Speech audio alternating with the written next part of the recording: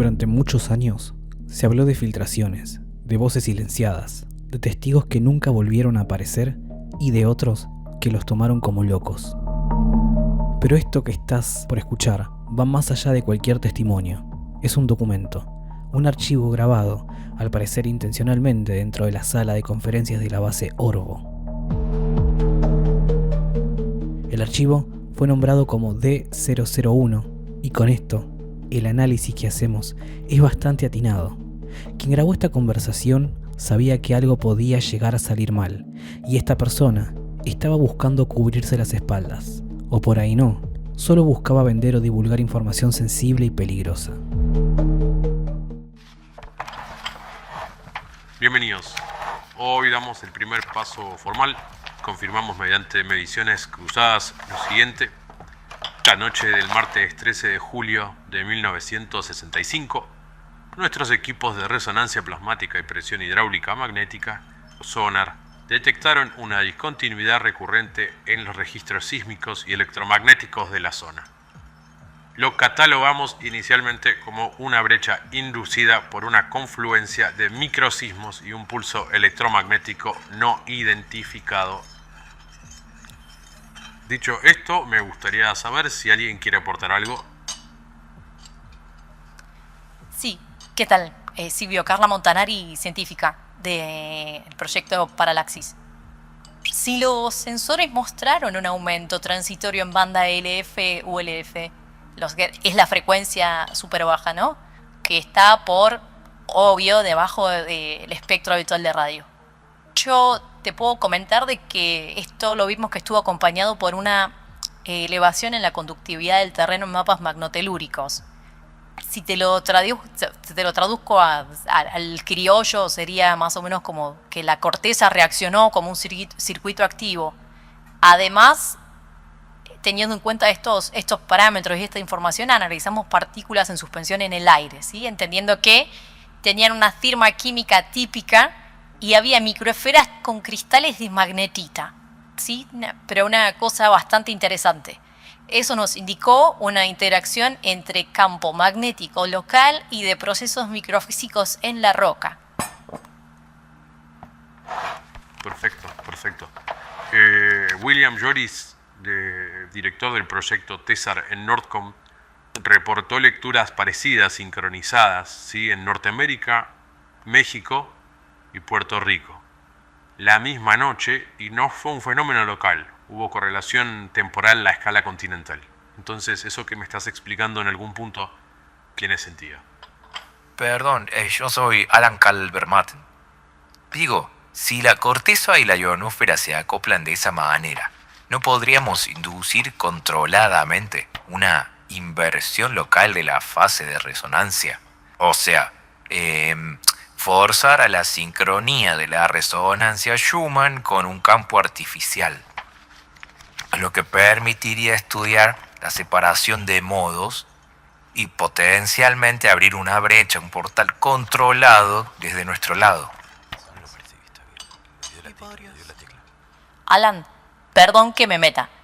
No es solo una cuestión de frecuencias. Lo que observamos acá es la interacción a multiescala, desde la reorientación de magnetita hasta la respuestas biológicas en niveles neurológicos. En las pruebas que hicimos con animales se registraron cambios en patrones el electroencefalograma. Exponiéndolos a esas bandas ELF. ¿Se entiende? O sea, la frecuencia tan baja alteró totalmente la sincronía teta y alfa.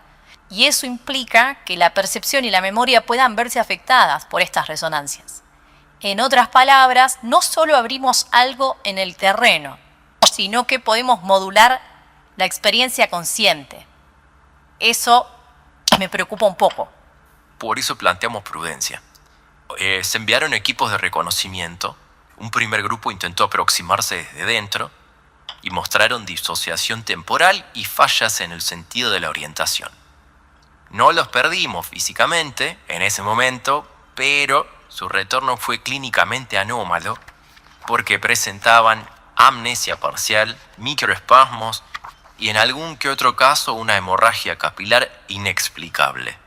Por eso, lo que vamos a hacer es enviarle esto a Lenora Birkins, al Centro de Estudios Cantar, que está ahí en New Hampshire, para analizar la estructura de los microcristales. La idea es diseñar un traje que aísle la interacción electromagnética a nivel periférico, no para entrar y dominar, sino para proteger, porque no encontramos tecnología humana que garantice una intervención segura sin efectos colaterales. ¿Y si pudiéramos emplear un colisionador a escala limitada, solo para generar fluctuaciones controladas en el campo vacío local, podríamos mapear con exactitud la zona de acoplamiento y me imagino que desde ahí podríamos establecer parámetros de seguridad? No hablo de experimentos masivos, sino de focalizar la energía en pulsos cortos. Ok, te sigo, Alan. Esa idea de pensamiento nos obliga a preguntarnos algo simple. ¿Tenemos derecho a manipular un sistema que ya mostró respuesta biológica y tectónica? La hipótesis de inversión de respiración geológica plantea que la corteza no está inerte. Absorbe y transmite energía de otras fuentes. Forzarla podría provocar liberaciones de energía, sismos o alteraciones permanentes en procesos neurofísicos humanos. Y no es una cuestión técnica, perdóname que te lo diga de esta forma, pero es algo más ético. Es algo interesante eso, no dejemos de lado. Tenemos autorización compartimentada internacional, Carla. Se aprobó hace unos días, creo que también por parte de esto que venís planteando, Alan, continuar con la fase de estudio con la condición de protocolos de contención. Una vez que Lenora se lleve las muestras a Cantar, estaríamos ya cubiertos por un lado. Alan, tus propuestas van al comité. Y Carla, vos liderás el diseño del sistema de protección. Y registre esto. Ninguno de nosotros sale de acá sin firmar un pacto de confidencialidad.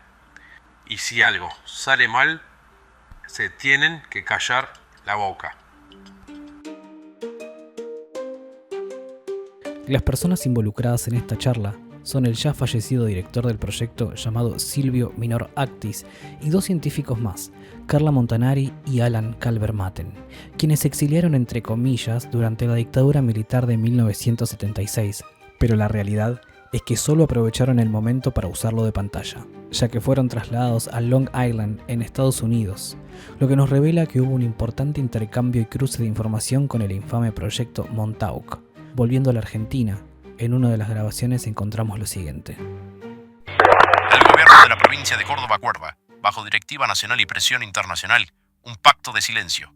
Los eventos ocurridos en el Cerro El Pajarillo, Uritorco, Ongamira y Los Terrones no serán reconocidos públicamente.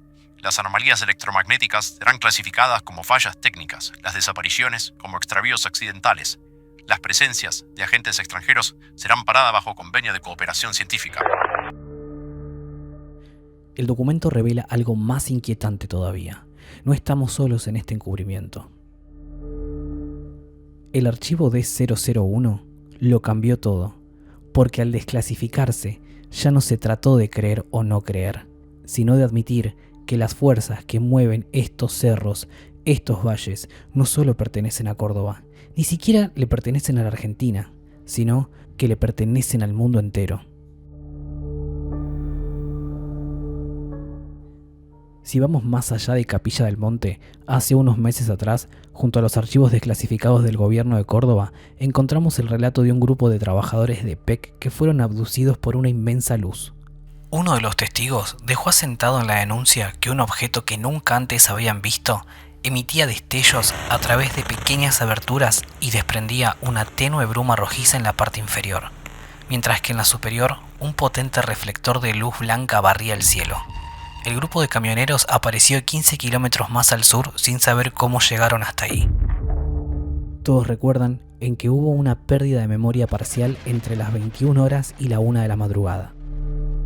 Perdón, Andrea, los tres testimonios coinciden en que de repente estaban por Arroyito y de repente saltaron, fueron teletransportados 15 kilómetros más adelante. ¿Qué indicios hay, más allá de que los tres coinciden, los tres empleados de PEC, en que esto fuera cierto?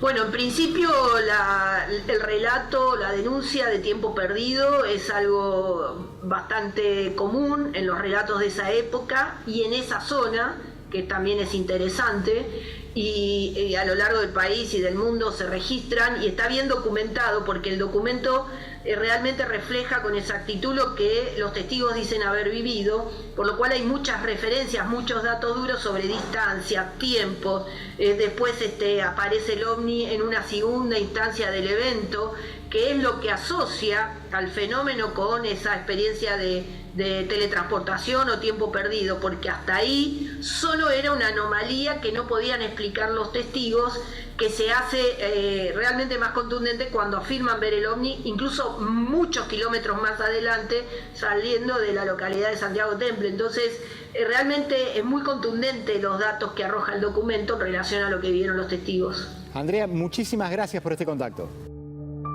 Ese mismo 8 de enero de 1979 se reportaron cortes de luz en varios puntos de la provincia de Córdoba y anomalías en la comunicación. Estados Unidos fue un gran impulsor del proyecto Orbo y sus derivados sobre el territorio argentino, sobre todo por la información de primera mano que ellos siempre manejaron. Pero acá había algo más, algo que solo en este punto podía verse con exactitud y ser estudiado a fondo, y esos eran los puntos PIA. No es que en otras partes del mundo no existieran, pero en Capilla del Monte parecía que el fenómeno se mostraba de una forma particular por excelencia. Más adelante, en la estancia La Aurora, Uruguay, México y Chile comenzaron a suceder eventos de características similares. Al parecer, de a poco, las zonas geográficas comenzaban a responder a los experimentos o a la naturaleza misma de esta forma de vida. El fenómeno ovni siempre estuvo relacionado con el Cerro Uritorco y otros puntos del país. Tal es así que cada vez que alguien de la Fuerza Aérea o piloto avistaba uno, los comités de investigación estadounidenses se hacían presentes para tomar una evaluación del caso y cerciorarse de que aquello que relataban era 100% real. Yo accedí a cierta clase de información muchos meses más tarde, que las tuve que mantener prácticamente en secreto porque corría el riesgo que, como vos bien decís, de que me tomen por loco. De hecho, 6 meses después de este evento, yo me reúno con gente que viene a charlar conmigo, que supuestamente eran de la NASA, supuestamente digo porque vinieron a sacarme información. Y de ahí arranca que yo empecé a atar cabos después y a través de 25 años, que empezaron a suceder cosas donde un ministro de Defensa canadiense y otro ministro de Defensa británico acusaban a Estados Unidos de guardar esa información, de no darla a conocer y de no decirle a la gente que ya tenían contactos con otras civilizaciones y que indudablemente estaban haciendo transferencia de conocimientos. Jorge, ¿podemos pedirte que nos lleves con vos a ese 31 de julio de 1995? Vos estabas aterrizando y contanos, pero nada, hacenos volar con vos. Contanos si fuiste vos el primero que lo vio, si alguien te avisó, ¿cómo fue? Antes de llegar a Bariloche nos informan de que había habido un corte de energía. Al momento que termino de hacer el anuncio me llama Bariloche, me autoriza a hacer el descenso, me dice que habían tomado energía de un grupo generador, inicio el descenso y cuando llego a la vertical de Bariloche empiezo a divisar en la posición geográfica de un reloj a las 11 una luz. La torre nos dice que no tenía ningún tránsito reportado y ahí es donde realmente empiezo a tomar conciencia de que obviamente no era un avión porque la luz, al momento que yo le hago señales de luces con el Boeing, se achata y se alarga y se pone finita. ¡Qué miedo! Sí, es una sensación rara, Rolo.